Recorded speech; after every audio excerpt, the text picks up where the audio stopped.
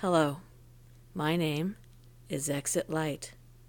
To better explain why I started this channel, we have to start at the beginning. I have long been affected by and witness to paranormal activity. That is to say, injuries, unexplained sightings, horrifying encounters with the paranormal. Because of these experiences, I have always taken a special interest in the unknown and the unexplained. I am also a writer and enjoy reading stories aloud.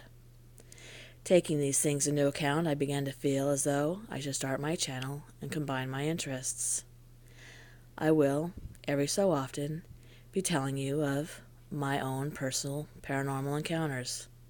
Also, on occasion, I will have a guest here to tell theirs. I am hoping that this will be of interest to those of you who enjoy hearing of others' encounters, those of you who have had your own encounter, and those of you who are the doubters among us.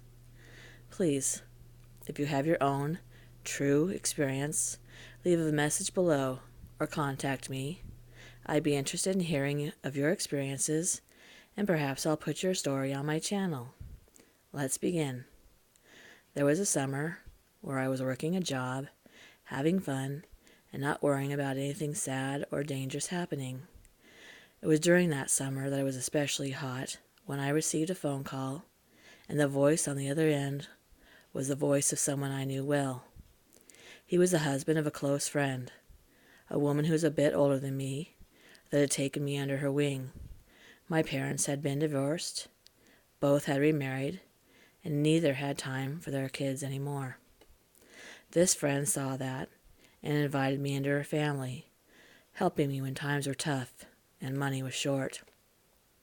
He had called me to tell me that my friend, his wife, had passed away.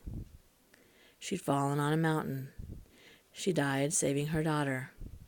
If I was to give you the names, you could look it up for yourself, as she passed away at a well-known tourist attraction, and it is documented online.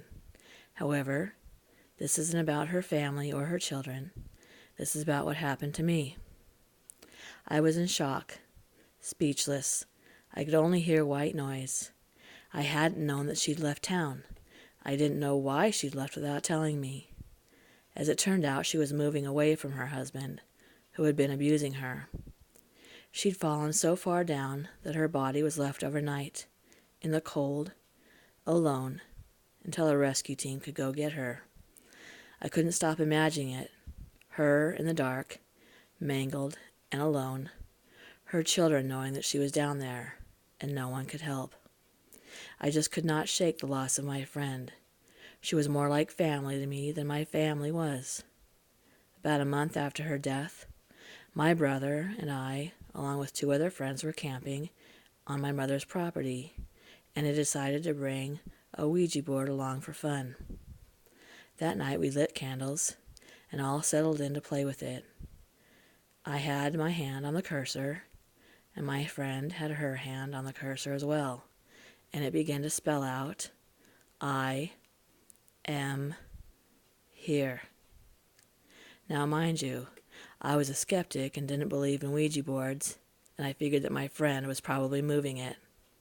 Everyone else took their turns, and at one point, "I am here" came up again. We got bored of playing the game and moved on to storytelling, and eventually fell asleep. The next day, I changed my clothes and put a tank top on. I felt a burning sensation on the back of my shoulder and thought that maybe I'd been bitten by something during the night. But when I asked my brother to look, I could tell by his reaction that there was something wrong.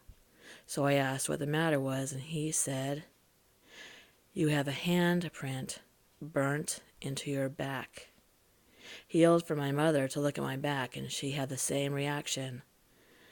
I went into her house and held up a mirror in front of me to look in the mirror behind me, and sure enough, I had a bright red burn on my shoulder, a handprint, a palm, and all 5 fingers, a right hand on my left shoulder, burnt into my skin.